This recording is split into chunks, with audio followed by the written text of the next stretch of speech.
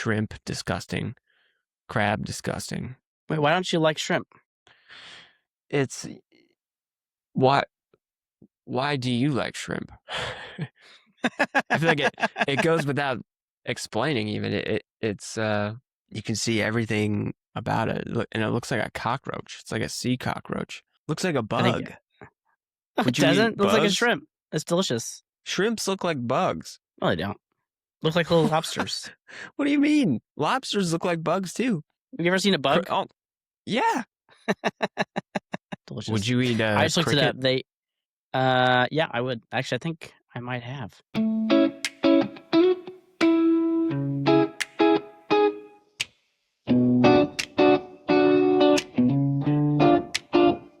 Did you grow up with dogs?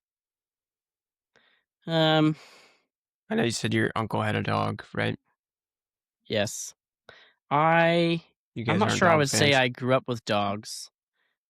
My parents got a dog when I was 10, and it was a Maltese, and it weighed like 8 pounds. Mm. We got these dog treats. Have you ever wanted to eat a dog treat? Yes, and I have. You have. Mm-hmm. Worth it? I have not, but I've been seriously considering it. Okay. What do you know? I'm not going to tell you about my experience. What do you know about dogs' senses? They say dogs live life through their nose. That's So, correct. So here's the thing.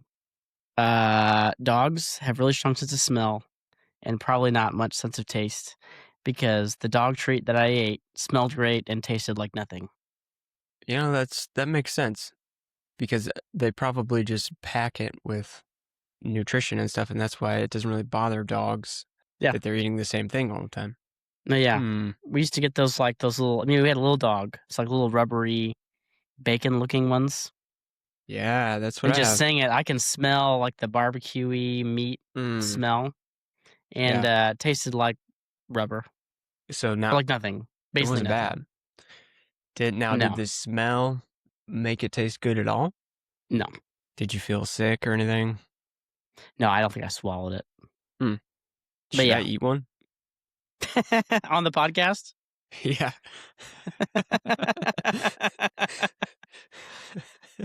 Are you curious to know what a dog treat tastes like, Danny? Yeah, I am. Sure. Yeah, sure. Okay. I'll be right back. Okay. I think I may have had the best possible dog treat eating experience. I'm worried that Danny's experience is going to be much worse. All right. Looks a little suspect right now. It's just in a bag Looks of a like truck. raisins to me. Yeah. They're training treats. Okay. Here goes. It doesn't taste like people food, but it's not that bad. I'm not going to swallow it. It got worse. Yeah. All right. Yeah, it was not good. Ugh. I'll be back.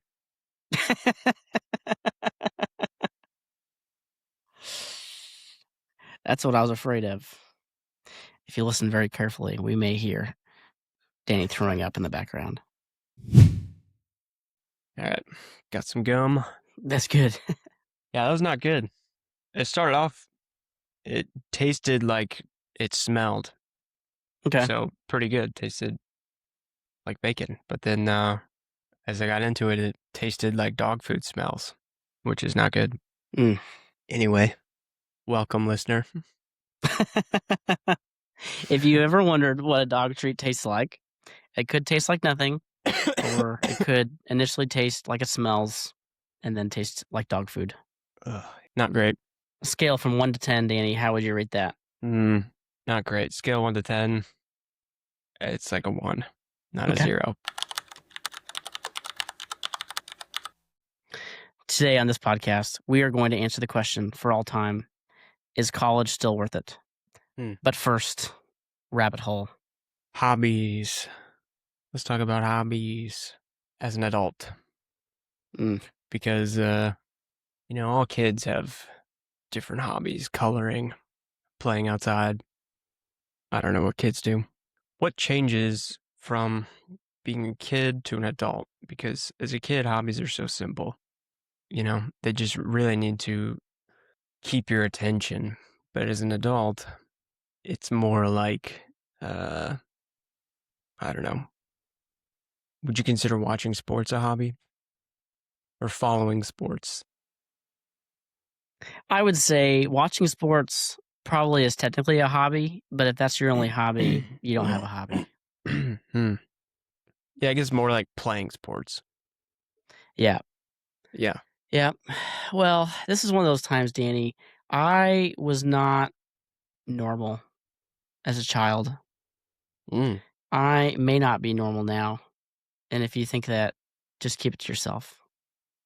Well, I don't need to hear it in the comments. You're still not normal, Steven. I was a very serious kid. And so I think the difference between hobbies for me as an adult has to do with the fact that I no longer have hope of becoming a professional golfer or a professional baseball player or a professional football player. Mm. And so I think as a kid, I was so optimistic and I had all these life ambitions that were connected to all my hobbies. And as I moved towards adulthood, the great ambition attached to the various hobbies has gone away.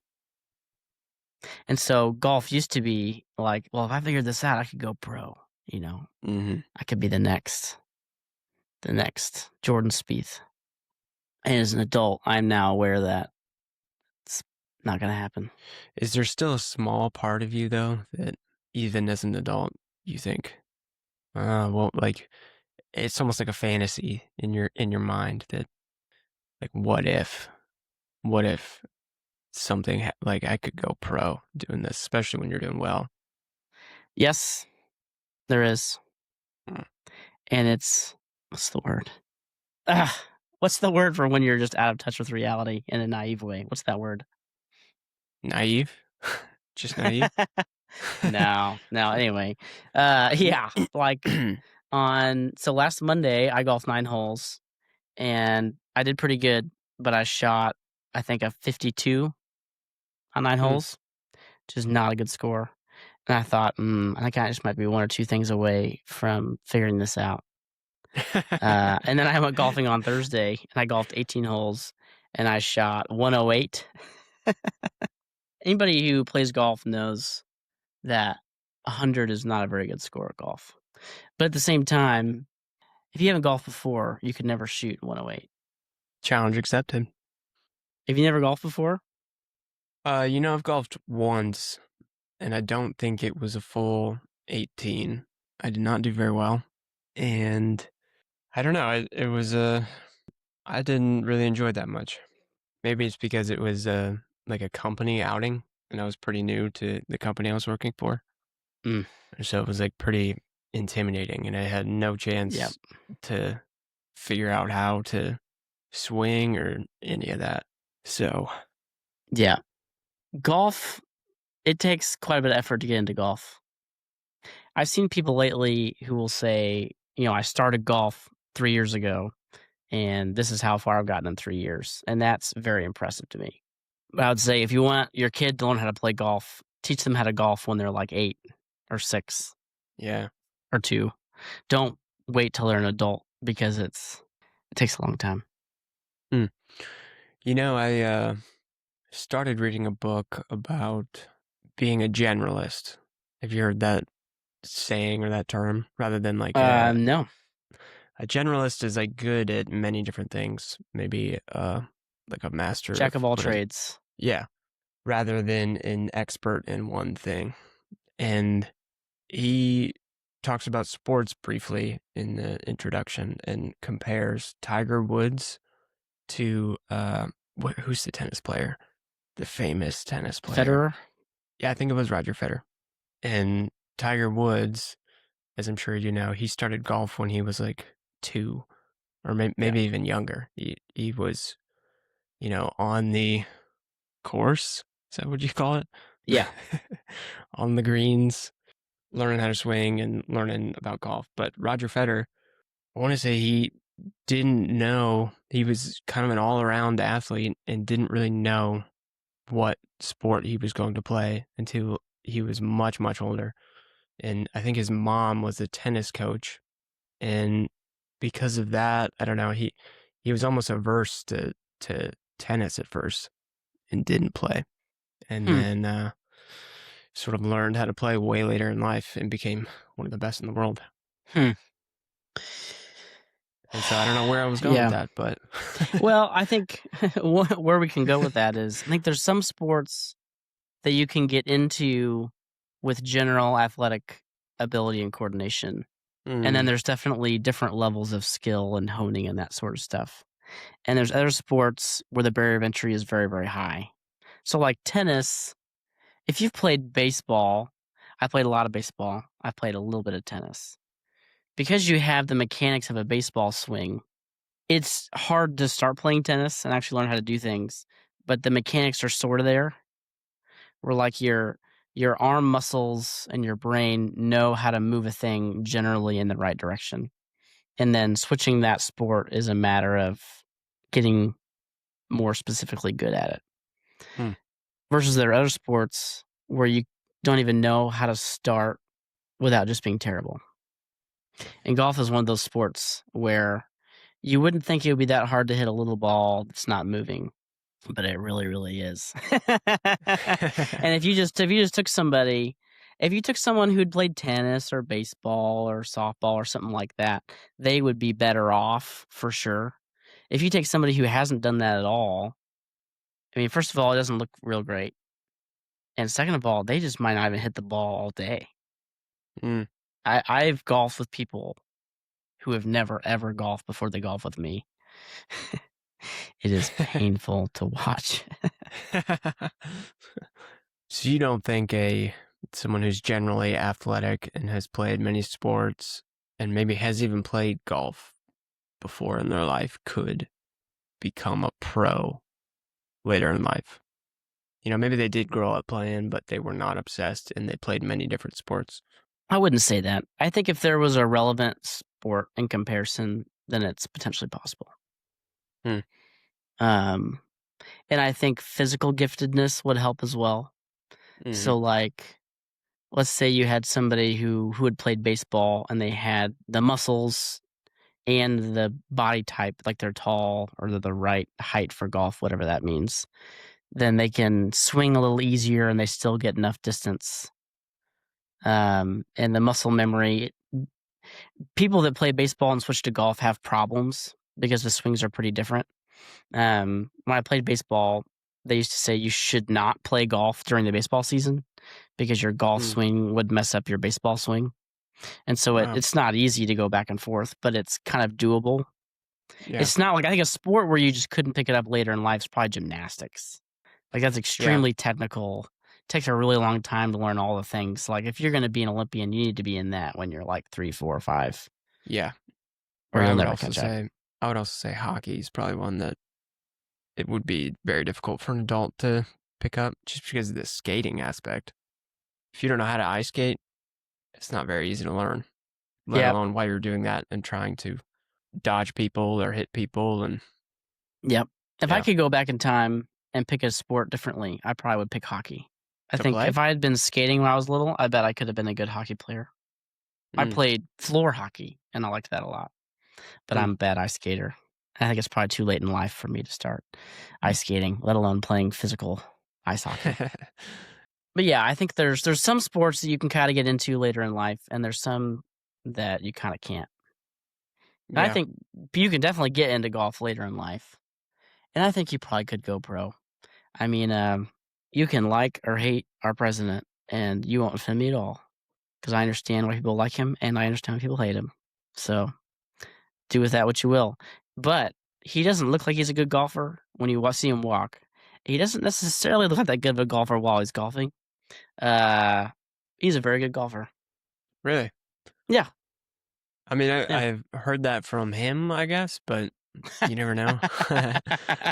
So Yeah, it's true. Never what if is somebody a ever tells you if somebody ever says to you, "I'm a very good golfer," they're probably not a very good golfer. so what is I'm like not sure the what good golfers say because I don't know any of them. what's the threshold for a good golfer? And then what's the president at? I guess there's levels of good. Mhm. So 100 is not good. Okay. I would say a golfer who shoots 85, then I would say you're starting to be good. Mm. Um, Scratch means you shoot par, which would be 70, 72 is good, but it's kind of silly to call that good because you're better than like 97% of golfers if you're a scratch golfer. The pros, that's like a handicap system, which I won't Mm. explain, but it doesn't matter. If you're a scratch golfer, it means on average, basically you shoot par. So what does, the president shoot at? Par? Yeah, I bet he's a scratch golfer. I was trying to remember. The video I watched was a video where he played with Bryson DeChambeau. Mhm. And Bryson does this series called Breaking 50, where they play from the front tees, the easiest tees, and they try and shoot 49 on 18 holes, Mm. which is very hard. But Bryson's very good, so that helps. But they play best ball, so they both hit, and then whichever ball is better each hit, you use that one, and you both get to hit from that one. And there was one hole, I think it was a par four, where they birdied and they used all three of Trump's shots. That's Yeah. impressive. And they probably, I would say maybe a quarter to a third of the shots on that video between a top 20 tour pro and Donald Trump, they probably used Donald Trump shots like maybe a quarter of the time or Wow. more. That's It crazy. helps though that if they were literally playing each other, Donald Trump, his starting tee would be like kind of par five, he'd be like 100, 150 yards closer to the hole than Bryson's. Hmm. So once you hit 60, you can play from the senior tees and that helps. Hmm. Yeah. So I don't know. I feel like the difficulty with hobbies as an adult is that you have less time. There's Mhm. less joyful optimism as a child that we had as a child. And I feel like hobbies just get more expensive the older we get. Yeah, that's true. What are some of your hobbies right now? Right now, golf is starting up. Mm. I golf every other year, basically. So last year I didn't golf hardly at all. And this year I'll probably golf quite a bit. I also like disc golf. It is maybe a little less fun to me, but it is also much less punishing. Are they just all golf related? I don't know. I don't know. I guess I definitely have fewer hobbies Mhm. than I used to. Would you What about you, say, Danny? What are your hobbies? would you say cooking is a hobby of yours? Because I feel like you do a lot of, or is that more out of necessity? I would say cooking kind of used to be a hobby, and I've kind of fallen out of it a little bit. Oh wow, really? hmm So I mean, we hosted a small group for a year and a half. We had people over at our apartment every week for a year and a half, Mhm. and most people in our small group were like college kids who didn't know how to cook. And we met at dinner time, and I Mhm. wanted to have dinner. So basically, I cooked dinner every week for a year and a half. And so I feel like the motivation of having people coming over that I'm cooking for makes me want to make good food and varied food. But when it's just Melissa and Jocelyn and I eating food, we tend to make mac and cheese or like chicken nuggets and fries or turkey Yeah. sandwiches, or we'll go Mm. out to Chick-fil-A. Yeah, I would definitely say cooking has become a hobby of mine. Hmm. Sort of out of necessity, though. Stephanie, my wife, has a lot of food allergies, as you know. So Mhm. we do a lot of different things. We eat a lot of rice-based things or Asian type foods. Tonight we're having mahi fish tacos. So we'll not fry, pan fry, I guess, some Mhm. mahi and then season it and have Mhm. it on some corn tortillas. Mm-hmm. Nice. I love fish, and my wife does not. Fish is sort of hit or miss for me. I get why people don't like it. You know, I don't. I like. I can't understand it at all. I What love it. about If I had um? fish available to me, I would eat it for every meal, period. Yeah, what about like broader seafood, She doesn't like like anything that crab? swims in the ocean. Not for you though, like shrimp or crab or I eat it lobster. all. I love it all. Okay, yeah. I love seafood. Mm-mm. Yeah, I like. some fish, like salmon and mahi is fine. But that might be it. I'm not a Hmm. big fish guy, and I'm not a big seafood guy at all. Shrimp, disgusting. Crab, disgusting. Wait, why don't you like shrimp? It's why why do you like shrimp? I feel like it goes without explaining even. It's I mean it looks like a whole animal. Just this nasty, crusty whole animal, you know? You can see everything about it. And it looks like a cockroach. It's like a sea cockroach. It's nasty. I I don't sympathize at all. I don't understand what your problem is. Looks like a I think bug.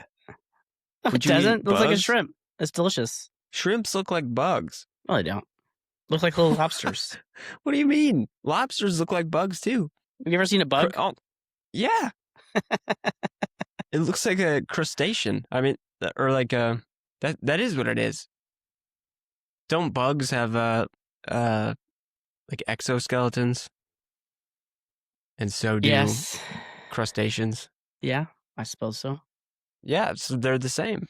I guess they're more like bugs than they are like chickens. It's true. Mm-hmm.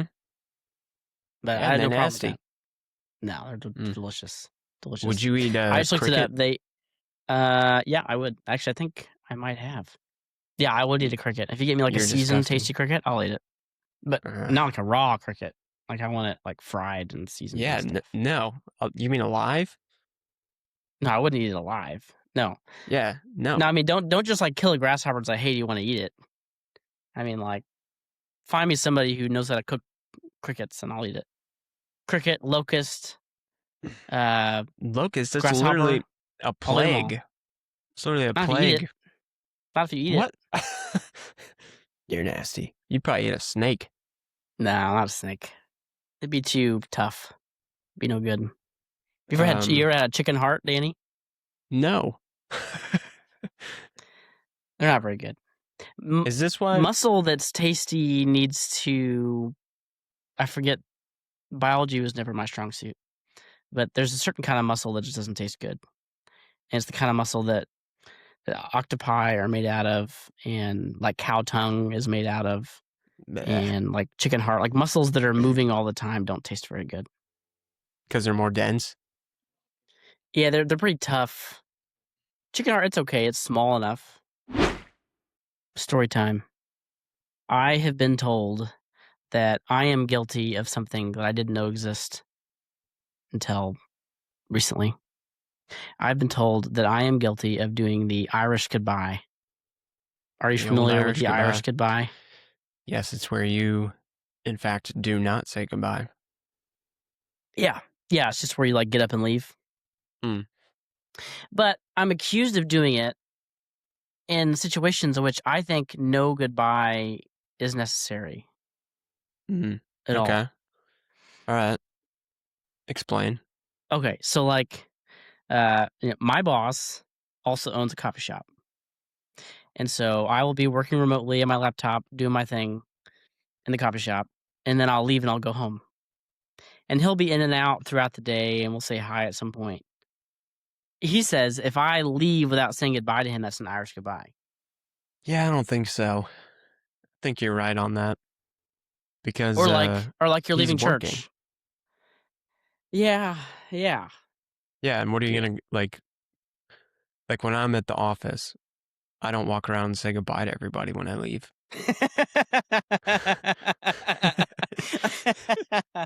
That would be funny. Let me interrupt all of you and all that you're doing. Yeah. Goodbye. Goodbye. Goodbye. So yeah, I think Or I'm like with you on this.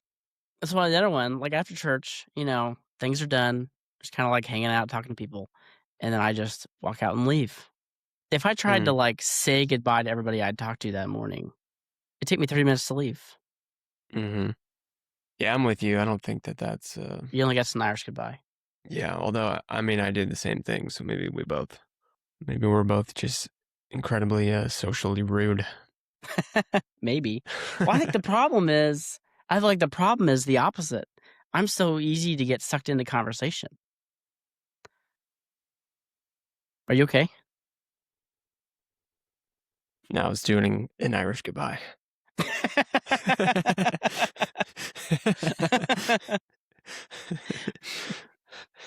Oh, See, that's I probably how people feel when you just leave. They're like, "Is Steven okay?" I guess so. But the problem is, every married couple has got 2 people. They've got the one Well, who's Mormons. waiting on the other one to leave, and the one who's always stuck in conversation and never wants to leave. And I'm the one who always gets stuck in conversation while my wife is just waiting for me to leave. And so if I have to, like, say goodbye to people when I leave somewhere, I'll just never leave, Yeah. or it'll take me 30 minutes. It's not Sometimes you like just I'm gotta usually, like, jetting out of places, like, right as things are over, you know? It's just like, if I, like, touch base, I don't know, I just and it's not just Michael that tells me this. I think he's mentioned it in front of other people, and they're like, "Oh, yeah, Steven does that a lot." I'm like, "I don't mm, understand." So I feel like I must be wrong. I'm just trying to figure out what is it that I'm supposed to do, and how can I do it without spending all of my life leaving?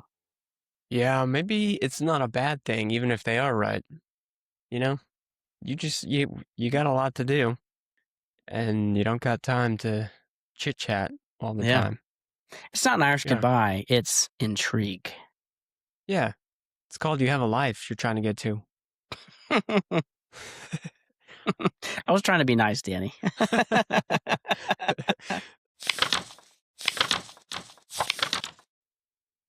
Alright, Steven.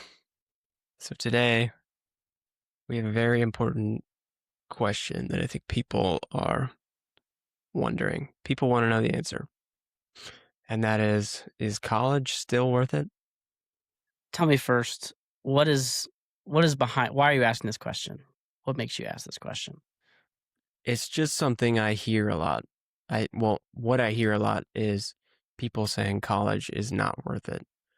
And a lot of times it's from people who did go to college, but I want to say more often it's from people who did not go to college, saying that it's a waste of money and going into debt really young is a dumb idea, which I do agree with.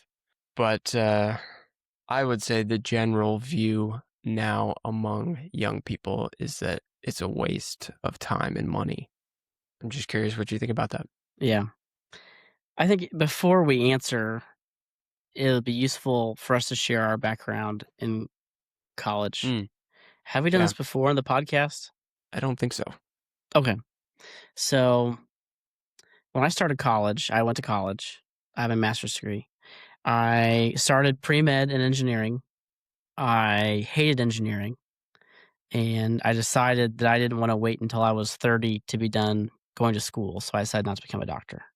And so I ended up doing chemistry, which I liked a lot, and then the natural next step for me was to get my PhD in chemistry.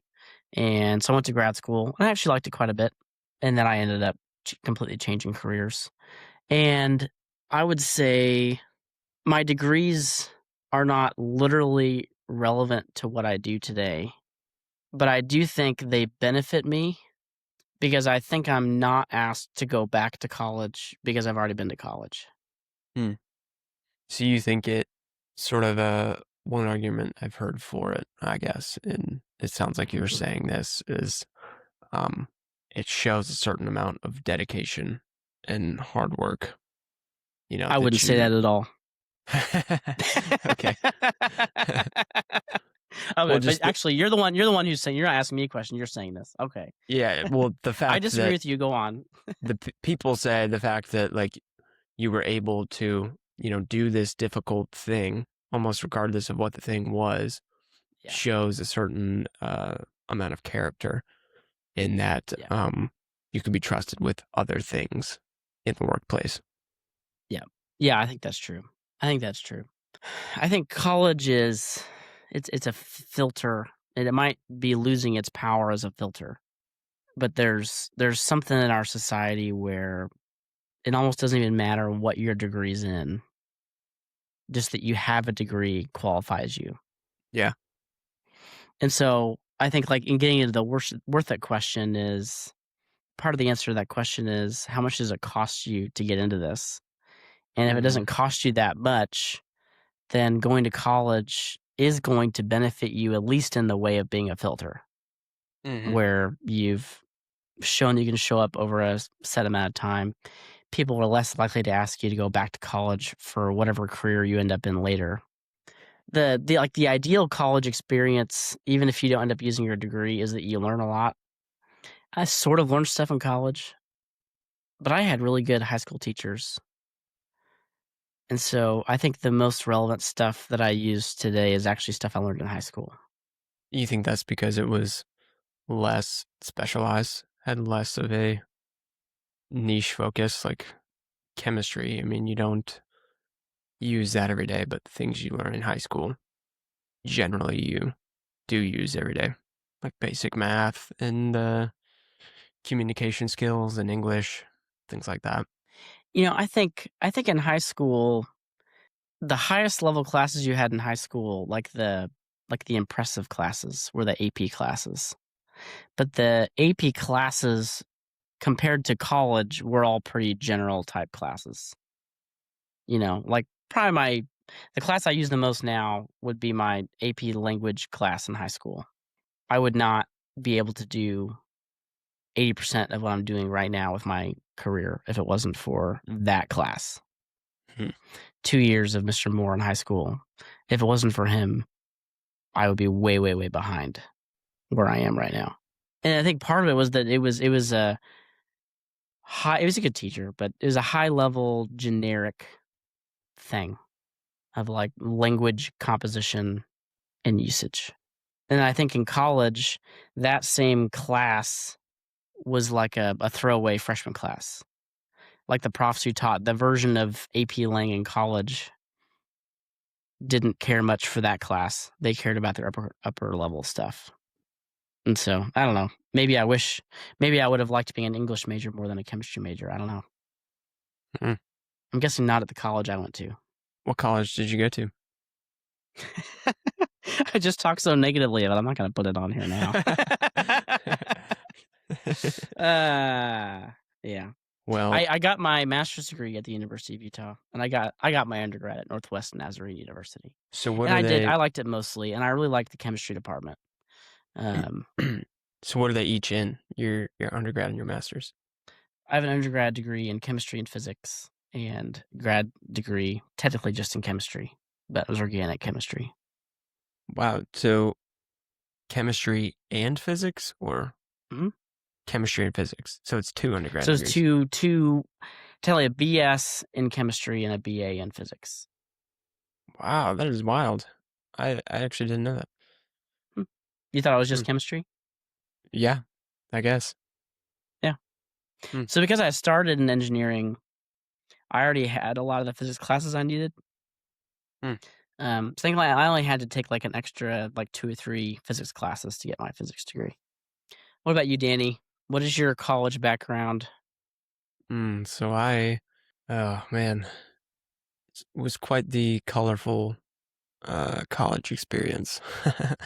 I started taking college classes when I was in high school at a local university. And so by the time I graduated high school, I probably had a year's worth of gen eds finished. And then I did another year at a community college and just got a general associate's degree that would then transfer to a 4-year university where I planned on studying music. And I started college in the music program, and after a semester switched to audio engineering. And then after a year of that, switched to business and ended up graduating with a business degree. How long did it Um, take you total to graduate? the other thing was I was just very unsure what I wanted to do, and I also did not like the cost of college, so I actually took several semesters off. And so all in all, it probably took me 7 years to get through college. Because you were taking breaks to pay for it, or you were just taking Mhm. breaks and then coming Yeah, back? I would take a break and work full time just through I would have several part-time jobs Hmm. and do that and then pay for some of it and then, yeah, come back. So between that and switching degrees twice, it took me a while. But I would say it, in my case, was worth it because the job I ended up getting right after graduating, oddly enough, had nothing to do with any of that experience. It wasn't music related or audio related or business related. It was a tech job in IT, but they required you to have any sort of college degree. And so by getting that, I got some experience there, which led to other jobs and ultimately like all the professional experience that I had on my resume is basically what led me to here. So I don't know if I would have the job that I do now had I not gone to college. Yeah. I think that is part of the reason college ends up being worth it, even if maybe it shouldn't, is Yeah. it ends up being one cog on the road towards where we wanna be. It depends on your career. Like, if you wanna be a nurse, you gotta go to college, and you have to get a nursing degree. You can't get your business degree like, "I think I'd like to be a nurse." Um, you wanna be an engineer, you get some of these jobs, but for the rest of us, it's not like a direct, like, you go to college and then you get your dream job. It's more but it's like this convoluted process by which we find ourselves eventually being where we wanna be, but I think we can see that without college, we wouldn't have really gotten there, but it's hmm not 100% clear what exactly college was doing for us that made that happen. Yeah. One thing that realized in hindsight that I didn't do a lot of is I think college is a really important networking tool, if nothing Mm, else. You build relationships with other students, and then when they get jobs, that's like the best way to end up getting a job is through the people that you know. And so, yeah, utilizing the students you're with and then the professors and any sort of networking opportunities that they have with companies that are hiring. I don't know. I think that that is a extremely useful use for college. mhm. The version of college that I wish I could have would be like the version of college where everybody is super into the subject that you're into and you're Mm, like debating ideas around the table. It's like I yeah. would like that, but I'm not really sure if that exists anymore. Like if I could go back in time and make it make sense financially, I would go back and study English at like Cambridge or something. Of course, it probably cost me like $60,000 a year, and it probably wouldn't be worth it. But like that's what I would like to do, is like hmm go back to some great English literature school and like debate ideas and write Right. tens of pages at a time and submit them for review and do all that sort of stuff. hmm Yeah, I think the golden age of higher education has probably passed in that sense, which is unfortunate. It more so just feels like a necessary thing that you just sort of are obligated to do. And it's important for specialized things, obviously, like Yeah. nursing or engineering, that type of thing. So if you could go back two things, what would you tell your younger self about higher education? Would you change anything? And then, second part of the question, if you were to go back to school now and money is no object for some reason, what would you study? Well, I would go back in time and tell myself, "Let's just chill out, man."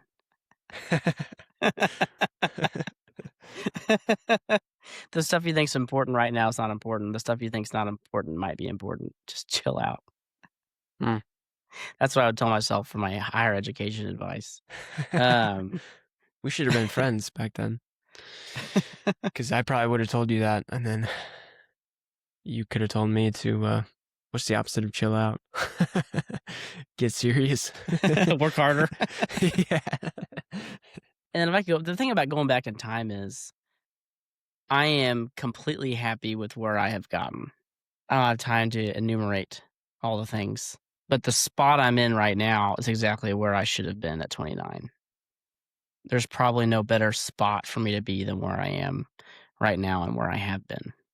I guess I'll answer the question, but I wouldn't change anything because anything that I would change would make me not be here. If I could somehow change things and still end up where I am right now, I would study English probably at Columbia or something. Hmm. Maybe not England. That's a long ways over there. Columbia was my top choice grad school, and I did not get in. Wow, Um, really? but I think my undergrad application may have been a little stronger than my grad school application, so I might have been able to get into Columbia. Hmm. Harvard and MIT both turned me down, Wow, but I did that's get into crazy. You WashU. you did get into WashU, Mhm. but you didn't go, obviously. Did not get scholarships. It would have been like Hmm. $60,000 a year. Wow, that's crazy. You even applied for those other schools. Well, I was hoping. Not that you couldn't have gotten into those schools, but you're Yeah, probably I the don't know. only I mean, person I I've know. always been ambitious and I've always been optimistic. Hmm. And sometimes my optimistic ambitions work out and sometimes they do not. But yeah, if money was no object and if I could somehow guarantee that I would still get where I am today, it'd been a lot of fun to study in that Columbia library and like actually go hard on English for 4 years. But Hmm. the version of me at 18, I wasn't ready for that. If I could just portal my own brain backwards from 29-year-old Steven to 18-year-old Steven, and if money were no object, then I would definitely like go to Columbia for 4 years and then just make sure I ended back up in St. Louis in 2019. Hmm.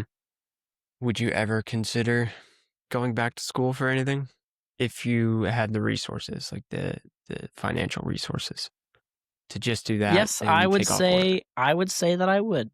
I would say that I would actually. And I would you go probably for won't. English? Yeah, that's what I go back for. If 10 or 15 years from now, I'm like doing a lot of writing and I'm actually making money off of my writing and we were ready to move. I've been wanting to move to Cleveland my whole life. So if 15 years from now, we've done Cleveland and my wife is willing to move to New York City, then I could see going back to get like my PhD in literature or something. Hmm. Which I don't know, maybe college, maybe grad school wouldn't be fun when you're 45. I don't know. Hmm. What about you? Well, if I could go back and give advice to my younger self, I don't know. I mean, it's like you said, I like the way my life is now, so I wouldn't want to change anything. But if I could change something that would still basically lead to where I am now, I think I would study something different, probably something less general. I don't know. I would probably go to school for engineering or something like that. Fun fact about engineering, you don't actually have to have a degree in engineering to do engineering. Did you know that? Yeah, can you just get a PLS? Is that what it is? Those letters Is that don't right? sound right, but yes. But yeah, you can just go take the PE exam if you want to learn engineering on your own, which is pretty much what engineers do in undergrad anyway. Hmm. You could just read the textbooks and learn it yourself and take the exam and you get your stamp. Hmm. So you could just do it. That's kind of crazy. Hmm. I didn't know that. Can you do Yeah. that with law school? Can you just take the bar exam? Yes, you can. Really? Yes. I was joking. Hmm. They Yes, you don't can. require you to have completed No. law school? Wow, maybe I'll become an engineer and a lawyer. If I'm wrong, just correct me on here. I'm not going to Google it, but yes, I think you can. I Hmm. know you can for the PE exam, and I'm reasonably sure you can for the bar as well. You just take the bar. If you pass it, then what that's certifying is that you know the material that you need to know to be a lawyer. That's wild. Mhm. Man, mine was Yeah. boring. Yeah. One thing though, a caveat too, that makes me regret less going to a different college and studying English is that now is a great time to learn new information. I feel like I've learned pretty good how to learn new things. There's probably not that much information I would have gotten then that is not accessible to me through some means now. Hmm. Yeah. Like, one day, whenever I have time and whenever I figure it out, I'm gonna start writing some fiction stuff. And I had ChatGPT do deep research on some selected fiction and had it analyze like the skeleton of the world building they did and the storytelling they did to try and figure out, what are the elements of these stories that I like? Because I'd like to write a story kind of like them, but I need to know what are the building blocks that people actually use. And so ChatGPT's supercomputer spent 47 minutes analyzing the stories I told to analyze. Um, and it gave me a really helpful little summary of like these are the elements they choose. Generally, these are the storytelling things they do and the choices you can make. And that's like what a literature degree would be is some combination of teaching you how literature works, how stories work, how different decisions within the frameworks impact the story. And so like the replacement for that is basically doing a lot of reading and doing research to figure out how does literature actually work and how can I leverage it in a way that matches my skills and my desires. And so a best version of college might be better than what I can get, but I can also learn a lot right now with the resources I have because 100 years ago, the best resources these cool colleges had was their huge library. Hmm. And now there's 10 billion times the information on the internet at our fingertips all the time than the Harvard Library had in 1926. Right. So, what would be your advice to younger people right now who are wondering this for themselves? Is it worth it? Well, question number one, can your parents pay for it? Mm. If your parents can pay for it, just go. It'll be worth it eventually. If you have an 18-year-old kid and you're mad at me for saying that, it's too bad because it is a good experience. There's a lot of great things about college. Yeah. Um, is it worth going $30,000 in debt? Maybe. Is it worth going $75,000 in debt? Probably not. Is it worth Mm. going $200,000 in debt? Probably not. You just got to figure out what are you passionate about? What are you either gifted at or potentially gifted at? What needs are there in society that your passion and your goals can actually meet? And then start working out a plan to start contributing towards those needs and figure out is college part of that or not. And my advice would be chill out, relax, relax, Mm. but work hard. Don't take life too seriously Yeah. because you don't know what's important today. You don't know 10 years from now, 30 years from now, which of the things you're working on today are actually important and which ones are not. And usually the ones that are stressing you out right now are the ones that are not important. What about you, Danny? What's your advice for the young people of today thinking about going to college? Mm. I would agree with what you said about if your parents can pay for it, then just go. Otherwise, just carefully consider what it is that you want to do and whether or not it's necessary for you to go to school for that thing. I would say the more specialized your degree is, probably the better. Look into all kinds of different things. Like when I was young, I would have never even considered engineering. Like I never thought about that. But then as I got a little older, I realized that I probably would have been good at that. And I never thought about it then, and I didn't have anybody telling me to think about it. And so I would say look into other things. Ask yourself what you're good at and what sort of avenue you could go with that in mind. Yeah, it's good. All right, should we take a quick break and then come back, play a little game? Sure. Hmm. Okay. Game time. Danny, All right, game what is our time. game? This game I'm calling Pop Quiz. Something I didn't tell you about it is I'm not participating in the quiz Oh, part. I'm oh asking you yeah, the because questions. you made the questions, huh? Yeah, It's just me. just you. Uh, So the rules are I'll ask you 12 questions, one for each grade. And if you miss more than 3, you don't graduate. So we'll see if you can get out of high school. All right, you ready? mm-hmm. And I'm going to give you about 5 seconds to answer each question. You think that's Wow. enough time? Okay. All right, Mr. Master's degree. Your first your first grade question. What color do you get when you mix red and blue? Purple. That is correct. You hesitated. I was, whew, that was actually close. That actually could have easily been one that I would miss. Yeah, well done. You made it at first grade. For your second grade question, how many legs does a spider have? 8. That is correct. I know that from Lord of the Rings. All right, you are out of second grade. Well done. Both times I Yeah. successfully made it out of second grade. These first few are just kind of a warm up, so don't get too puffed up here. All right, third grade question. What gas do humans breathe to survive? Oxygen. That is correct. Rapid fire here. Fourth grade. What is 1/2 plus 1/4? 3/4. That is correct. That was fast. Well done. Physics degree, baby. All right, this one might be difficult then. For your fifth grade question, what is the capital of France? 3, 2. Versailles.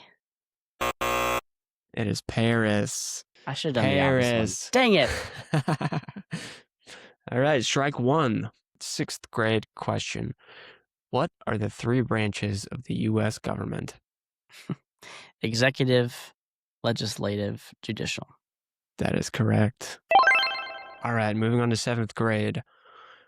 What is the longest river in the world? It's the Mississippi. 5, 4, 3. Final answer? 2. Yeah. It is the Nile. Wow. I only missed one more.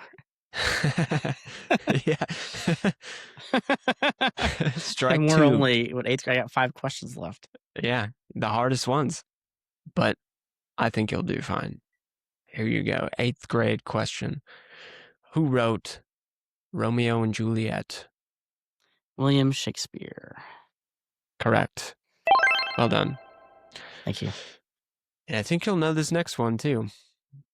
9th grade. What is the chemical symbol for gold? AU. That is correct. Wow, that was 1 second.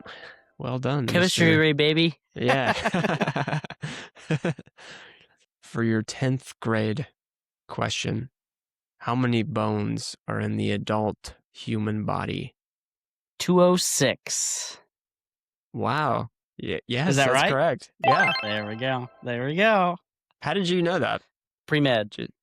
Yeah. Wow. This is like a Slumdog Millionaire situation. Except I don't think he missed 2 this early on. Yeah. Wow. You're in the home stretch. Just gotta get one of these 2 right to grade. graduate high school. Yeah.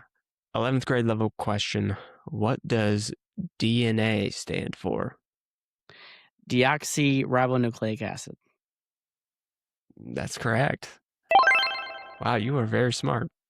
I guess technically you don't even need to do the 12th grade one. I'm still going to ask it. Well, but the 12th grade, so C is still passing. So far I have a C. If I get this next one, that gets me a B. Yeah, and If I'd this only next missed one, one, that would have got me an A. this next one is multiple choice, actually. Okay. A little bit of history. Wait, before you give me the options, you should ask the question, and I'll think what I think my answer is. Okay, yeah. For your 12th grade question, who was the U.S. president with the shortest term, dying after only 32 days. I know who this is. This is FDR in his final term. But I guess you can give me multiple choice now, in case I'm Okay, what wrong. was it? Was it A. Zachary Taylor, B. William Harry Harrison, C. James Garfield, D. Warren G. Harding? Oh, so I was wrong before I did the multiple choice. Okay. So we got Harrison, Harding. Just do the last names again. Taylor, Harrison, Garfield, Harding. Gets Taylor. Final answer? Final answer. That is incorrect. Who is it? William Harry Harrison. Huh. Only made it 32 days. How did he die? That actually, I think I know this, but I didn't come across that. I think he died of pneumonia because he gave his inaugural speech outside in cold weather, maybe Oh, that's possibly in the right. rain. That's I right. think. Is that true? They initially diagnosed with pneumonia, but they were wrong. He likely died from typhoid caused by contaminated water in the White House, resulting in severe gastrointestinal issues and septic shock. Oh, Wow. yeah. So doctors originally diagnosed him with pneumonia, likely brought on by the belief that he caught a cold during his long, wet inauguration speech without a coat or a hat. But you can't get sick from being outside in the cold. That is a myth. That is a myth. Yeah. Probably perpetrated by the death of a president. Probably. Wow. Yeah. So FDR died 83 days into his fourth term. That's So very he's short. probably the second shortest term by 50 days. Yeah. Well, you That's made crazy. it out of high I do school. remember learning that now. I made it out of high school. C average. I missed Congrats. I got the lowest possible score to graduate. All right. Let's move on. Okay. The internet made me think. The internet made you think because I have not figured this segment out. For this week, the internet made Steven think. And take it away. So I saw this post online about the woman who changed how human beings emotionally relate to computers, and almost no one knows her by name. In the early 1980s, computers were still terrifying to normal people.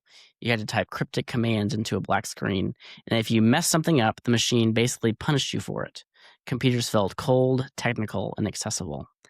And then Apple hired an artist. Her name was Susan Kerr. She wasn't a programmer. She was literally sculpting and doing fine art when an old friend called her and asked her if she'd help design icons for this secret Apple project that eventually became the Macintosh.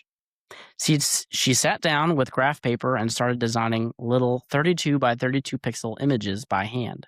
And from those tiny grids came this entirely new visual language. The smiling Mac face, the paintbrush, scissors, the little dog in the print menu, and even the command key symbol on Apple keyboards today. And what's fascinating is that she approached computers like a humanist, not an engineer. She believed icons should work like road signs, simple enough that anyone could instantly understand them. And honestly, the idea changed the world. Because computers stopped feeling like machines only engineers could use. They started feeling approachable, human, friendly. And I think there's something deeper there. Sometimes the people who most transform a field are the outsiders, the people who see the thing differently because they aren't trained the normal way. Like an artist helped teach billions of people not to be afraid of computers. Wow. Yeah. That's a good one. I like that. Yeah, as you were saying, I was looking down at my keyboard at some of these icons, like the command key one.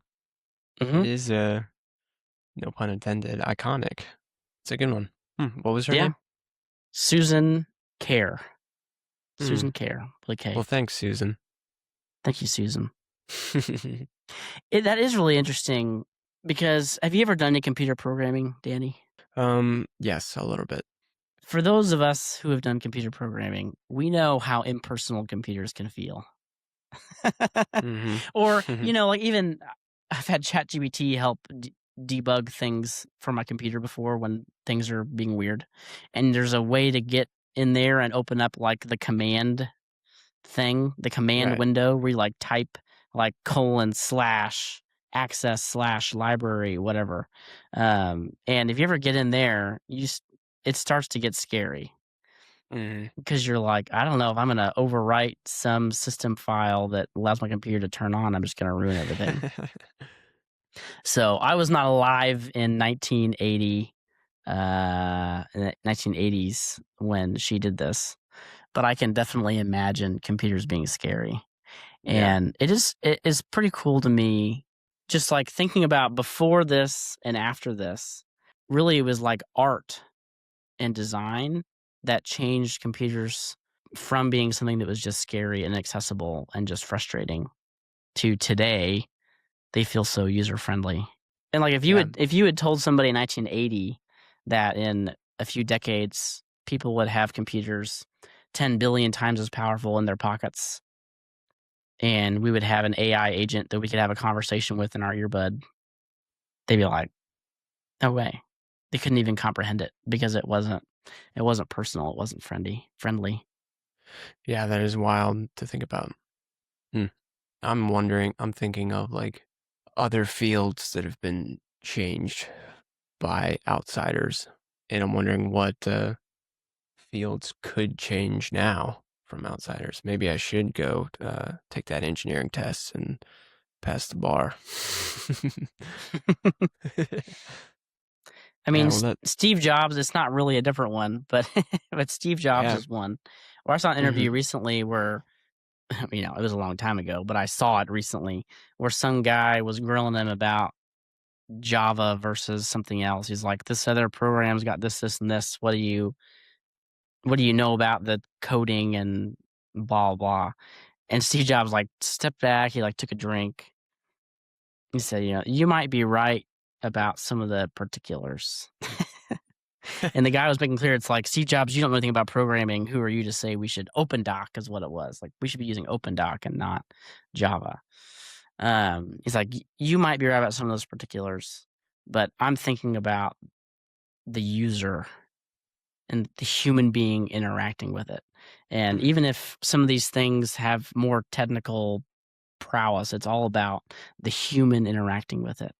We're thinking about the human experience. So I think Steve Jobs was a big part of that initially with Macintosh, and then when he came back with the iPhones, Hmm. um, is like he wasn't the tech guy. He was the idea guy, Right. and he hired tech guys to do that for him. Hmm. Trying to think. Trying to think. I know there's other examples. Yeah. What other examples are there?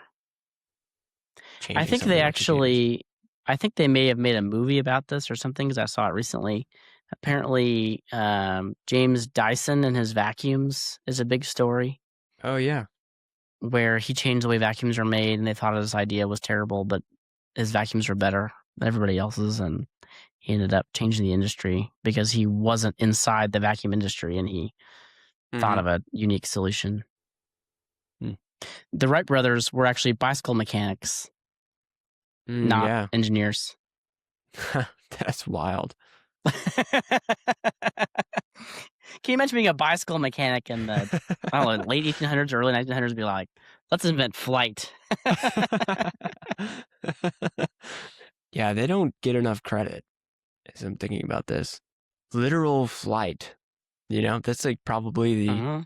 the greatest invention of mankind. Yeah, Yeah, I can't think of anything greater. Well, any other thoughts? yeah. I think there's something to, I guess the concluding thought for me in this is just there's something to being able to come into something with a fresh mindset, with a childlike mindset, Mm, not making the same assumptions everybody else is making. Like treat a problem like a sandbox. And if we had everything or we could do whatever we want, what solution would we think of for this? mm. Because a lot of times the insiders, we're too close. Yeah. Yeah, they have a more narrow view. Hmm. And sometimes if you get too familiar with the way that things are supposed to be, the great artists, the great writers, the great whatever are people who change the way things are supposed to be. So if you spend Yeah. too long thinking about the way things are supposed to work, you're just slowly eating away at your potential of being revolutionary. Yeah. Love that. What was your takeaway from today? What did you Man, learn today? my biggest takeaway was dog treats, although they smell great, they taste terrible. 1 out of 10. uh, What about you? my biggest takeaway was go to college if your parents can pay for it. That is right. And parents save for college for your kids. Because if you don't, nothing happens. All right. See ya. It's been good. See ya. Two dudes talking about the stuff you can't explain. Big thoughts, bad jokes, and the questions in your brain. Inexplicable podcast. Kinda weird, kinda logical. Inexplicable podcast makes a strange sound almost practical.